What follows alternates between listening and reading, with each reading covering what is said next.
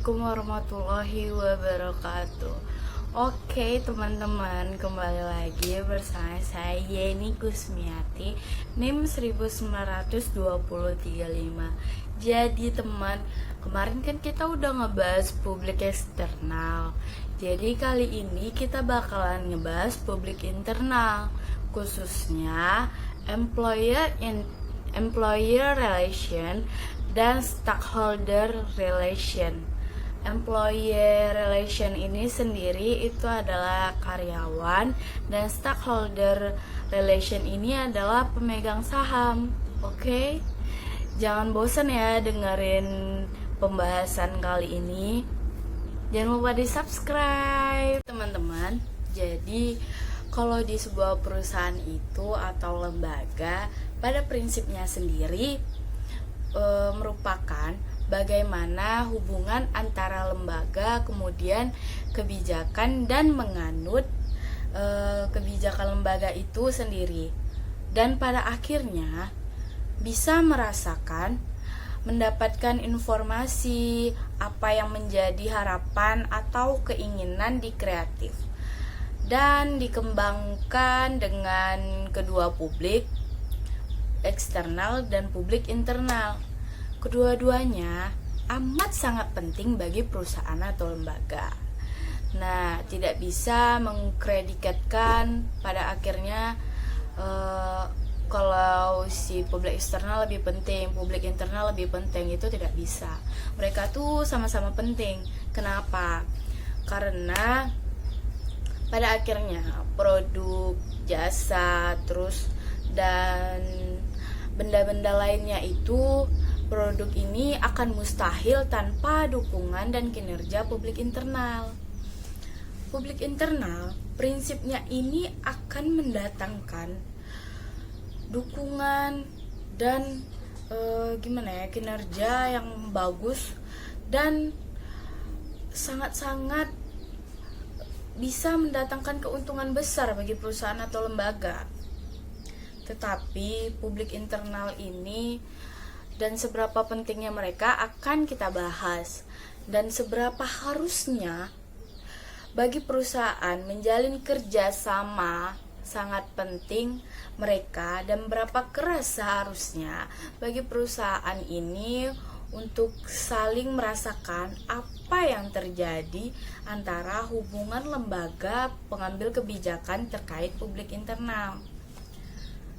Nah, hubungan internal atau publik internal dalam hubungannya dengan mereka internal ini, publik itu sebenarnya bagian dari kinerjanya praktisi public relation untuk membina hubungan dengan praktisi public relation.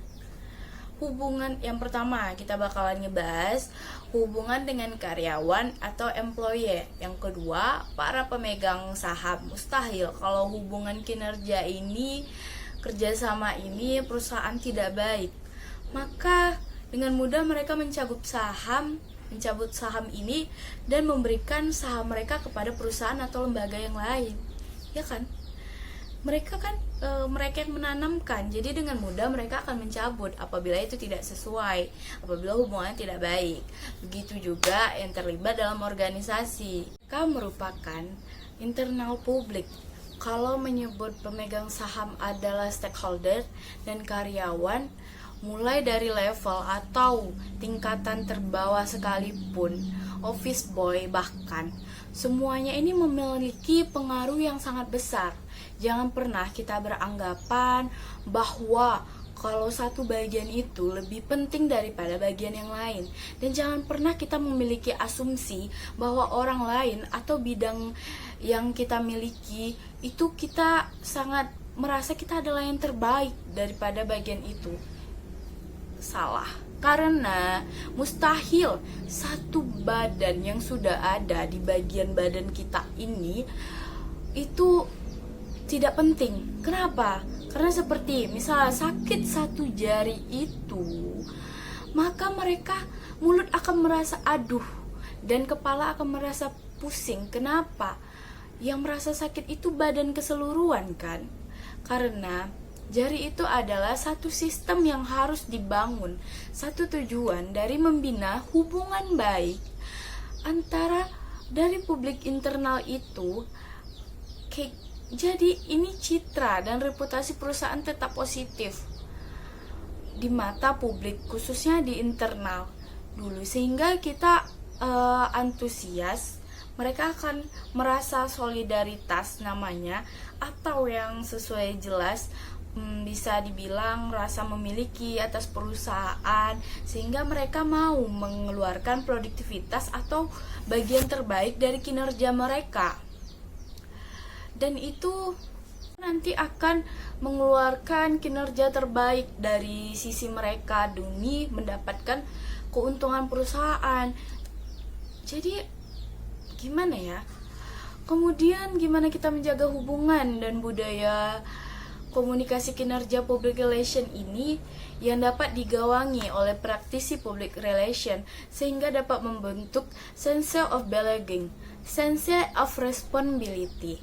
Jadi, budaya dan organisasi yang positif ini akan membangun, akan dikembangkan, akan dipertahankan, diperbaiki terus.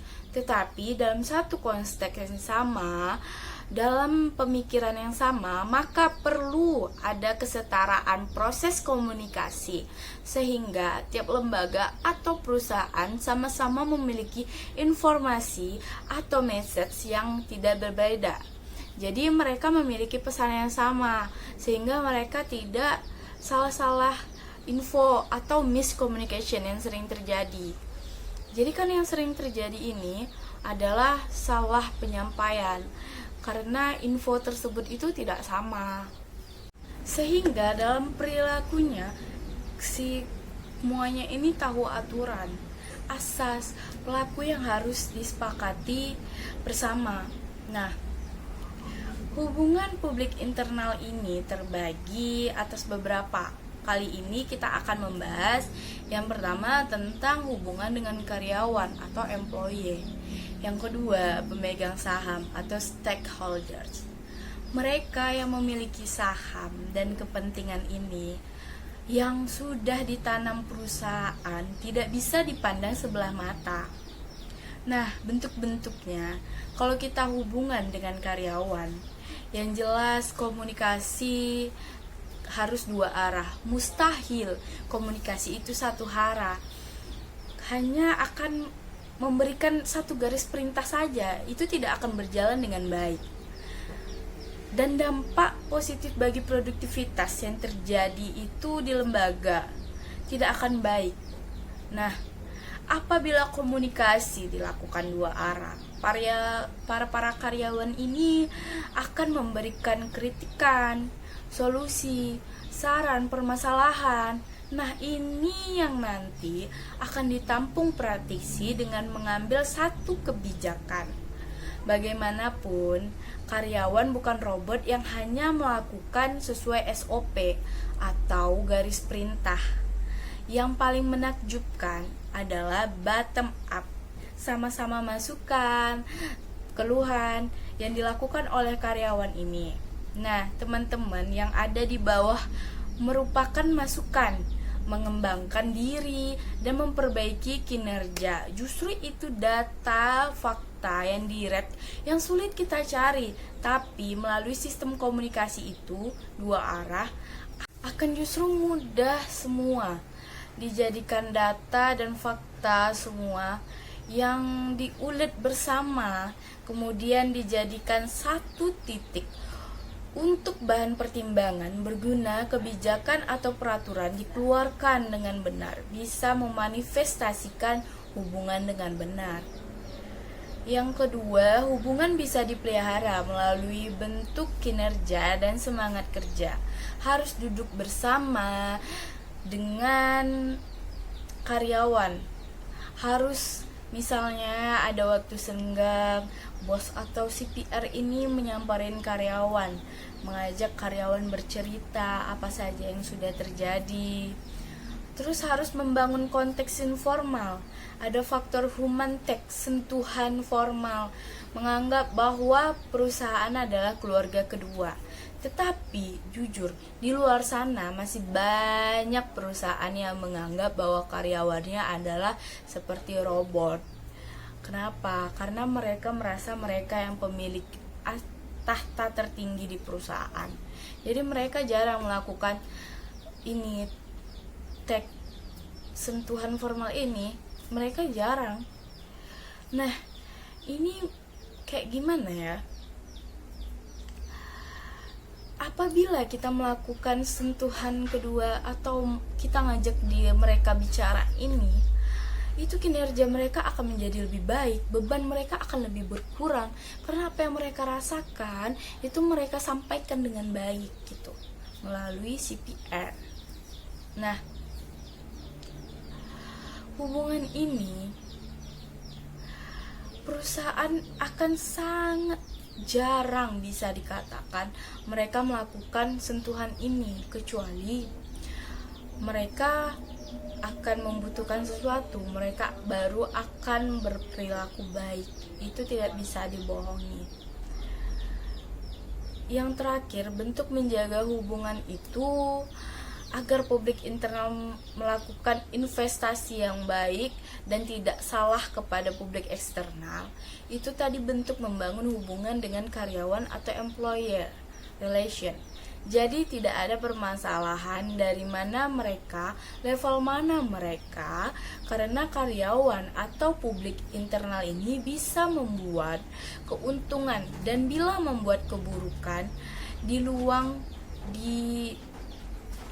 undang-undang yang bisa sense pemegang atau kebijakan atau praktisi public relation ini menjadi media untuk pemegang kebijakan. Nah, benteng yang terlalu tebal ini antara leader dan pemimpin ini yang membuat benteng akan sulit diruntuhkan. Jadi sehingga inilah yang akan dilakukan meditasi oleh si praktisi public relation agar benteng ini akan mudah runtuh dan si praktisi public relation ini menjembatani hubungan antara atasan yang paling pemilik kekuasaan paling tinggi dengan bawahan. Apa saja yang terjadi, apa yang mereka rasakan, itu yang akan dimediakan oleh praktisi PR dengan karyawan. Yang kedua, ada pemegang saham. Internal publik ini memiliki tingkatan berbeda. Mereka yang memberikan saham sehingga menjadi membantu cadangan keuangan perusahaan. Bentuk hubungan yang dibangun stakeholders jenisnya banyak, analis, penasehat keuangan, bankers, dan bentuk-bentuk hubungan. Dan berupa laporan keuangan, laporan keamanan, laporan tahunan. Jadi laporan tahunan ini merupakan kesempatan untuk bertemu dengan pemegang saham. Kenapa? Nah, ini nih sebuah kesempatan untuk si public relation ini, laporan ini akan melaporkan apa yang akan kita lakukan ke perusahaan ke depannya. Terus tidak hanya hari ini terkait apa yang terjadi, tapi terkait laporan yang sudah juga termasuk yang kita lakukan, apa yang kita sudah lakukan di masa depan dengan eksklusif. Nah, kejujuran dan dengan baik sekali saja pemegang saham ini mendapatkan fakta dan data kita tidak jujur, maka si pemegang saham ini akan ada kaitannya dengan modal mereka dan mencari perusahaan lain dengan mudah apabila kita tidak jujur. Kejujuran itulah yang sangat penting, karena kita yang butuh si pemegang saham atau stakeholder ini. Kalau misalnya kita bohong atau melakukan sebuah manipulasi data, mereka akan dengan mudah mencabut sahamnya. Nah, dengan kaitan modal-modal yang mereka tanam, mereka akan mencabut modal dan mencari perusahaan lain, karena perusahaan ini tidak dapat menjaga hubungan baik. Perusahaan kita yang butuh mereka, bukan mereka yang butuh kita. Nah, menjaga hubungan baik dengan stakeholders ini yaitu yang pertama, jelas untuk membangkitkan perhatian stakeholders ini dengan pemilik saham, dengan memberikan laporan, itu akan membangkitkan perhatian pemegang saham. Mereka akan mereka akan merasa perusahaan bertanggung jawab atas apa yang telah perusahaan lakukan. Yang kedua, menciptakan suatu pengertian yang lama, yang lebih baik antara pemilik saham, pihak perusahaan dengan finansial. Nah, yang ketiga, membujuk si pemegang saham agar mereka tidak berpaling ke perusahaan lain dan agar mereka tetap stay kepada perusahaan atau lembaga kita untuk tetap investasi saham modal, sehingga kalau bisa si pemegang saham ini justru lebih banyak menginvestasi di perusahaan kita agar si perusahaan ini bertahan gitu, tidak melakukan investasi penanaman modal dengan yang lain, lebih banyak ke kita dan merasa kalau perusahaan atau lembaga kita ini milik dia. Sebenarnya sih iya, karena kan mereka juga menanamkan modal ya kan. Terus yang keempat, mempromosikan si pemilik saham ini bahwa di perusahaan kita mereka memiliki saham jangka panjang dan mencoba menjawab kritikan dan masukan pemilik saham. Jadi, apabila ada catatan, kritikan, masukan oleh pemilik saham, kita harus dengarkan. Bahkan, walaupun itu tidak sangat-sangat membantu atau itu sangat berlawanan dengan perusahaan kita, kita tetap harus menghargai mereka, menghargai pendapat mereka, menghargai kritik pendapat dan solusi yang mereka berikan.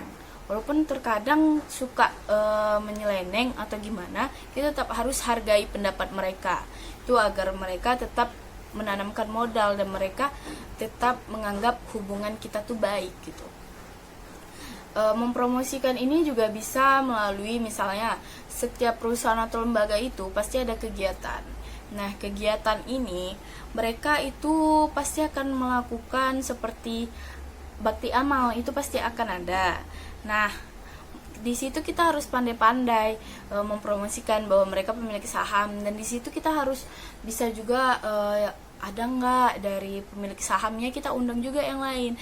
Di situ kita akan mengambil hati pemilik saham yang lain dengan kegiatan-kegiatan yang sangat bermanfaat. Itu mereka akan menganggap kalau mencuri perhatian mereka lah gitu. Juga sebenarnya kalau bisa kita berkiblat perusahaan keluarga di luar dengan perusahaan yang perusahaan yang di luar itu rata-rata kan mereka bikin perusahaan itu kan pasti dengan keluarga berderet. Di luar itu mereka udah menganggap bahwa orang lain itu adalah keluarga mereka, karena mereka itu sangat-sangat apresiasi di luar itu ya. Dan sudah public relation yang menganggap semuanya itu seperti keluarga. Dan juga gimana ya, di luar itu perusahaannya rata-rata itu sudah menganggap bahwa karyawan ini seperti keluarga, bahwa perusahaan itu adalah keluarganya, padahal itu bukan keluarganya kandung ya, walaupun ada keluarganya kandung. Kita berkiblat di luar, sebenarnya harus itu yang baik, karena sudah ada public relation yang menganggap sama seperti keluarga. Jangan dibatasi level dan pemegang saham. Karyawan merupakan internal publik. Apabila internal publik kuat, maka akan kuat juga komposisi perusahaan. Tingkat efektivitas publik internal dengan public relation dipengaruhi oleh beberapa hal. Yang pertama, dipengaruhi oleh pemimpin, manajer, praktisi public relation, harus didukung oleh sumber daya manusia yang baik atau personal touch. Bagaimana kita tuh memilih si manajer sumber daya manusianya ini atau praktisi relationnya ini yang memiliki pengalaman berapa tahun atau memiliki jenjang pendidikan terbaik dan dia memiliki prestasi yang baik di sebuah perusahaan. Nah, yang kedua, kesadaran dan pengakuan oleh karyawan dan stakeholders harus ada keyakinan apabila komunikasi ideal maka akan baik gitu. Mereka apabila si karyawan dan si pemegang saham memiliki komunikasi yang baik, kita memiliki komunikasi yang baik kepada mereka, itu akan terjadi ideal dan sangat menguntungkan oleh perusahaan. Itu harus kita memiliki rasa kesadaran dulu. Nah, yang ketiga, melakukan keterbukaan pihak manajemen, SOP, dan merasa semuanya itu sama. Hasrat dan pemikiran mereka itu harus kita terima, walaupun kadang tidak masuk di akal gitu kan. Nah, keterbukaan ini bisa dilakukan melalui gimana ya? Keterbukaan mereka ini bisa disampaikan oleh rapat atau diskusi atau duduk bersama. Selanjutnya ada media public relation. Nah, ini nih bisa kita lihat ya, info-info dari misalnya ada perusahaan kita memiliki info, bisa kita lihat dari jurnal internal, elektronik, majalah elektronik, koran elektronik. Yang kedua ada papan pengumuman. Nah, papan pengumuman perusahaan ini atau lembaga itu sebaiknya nggak kosong. Apabila ada informasi terbaru, up to date, itu langsung ditulis. Jangan dibiarkan sampai kosong, karena itu nanti akan melakukan hubungan komunikasi kita yang nonverbal, ya kan? Selanjutnya ada radio atau sekarang radio, terus apa sih, podcast. Nah, itu kan bisa digunakan oleh perusahaan atau lembaga untuk menjalin hubungan yang baik. Itu media public relationnya, melalui medianya kan. Nah, jadi kita harus tahu kegunaan humas internal ini apa sih gitu ya kan. Jadi yang pertama, untuk penjelasan kebijakan perusahaan agar komunikasi dan menampung semua masalah. Jadi apa yang sedang terjadi, apa yang mereka rasakan, itu akan dilakukan oleh si public relation ini, agar permasalahan yang mereka hadapi atau mereka lagi ada misalnya sesama karyawan ada masalah yang tidak dibawa gitu kan, atau tidak profesional, tidak bisa bekerja dengan tim. Nah, ini bisa disampaikan melalui ini. Nah, yang kedua, memelihara keterbukaan laporan pembukuan personalia. Misalnya ada personalianya ini sakit, atau personalianya ini membutuhkan keuangan berapa, itulah kegunaannya. Dan misalnya ada yang sakit, gimana sih kita public relationnya memberikan perhatian kepada karyawan, mungkin dengan menjenguknya, membawakannya buah atau gimana. Oke, kali ini sekian dulu video tentang public internal ini, employer relation dan stakeholder relation. Apabila ada kesalahan kata atau kata-kata yang tidak enak di hati dan materi yang sedikit melenceng, mohon dimaafkan. Wassalamualaikum warahmatullahi wabarakatuh. Sampai jumpa minggu depan.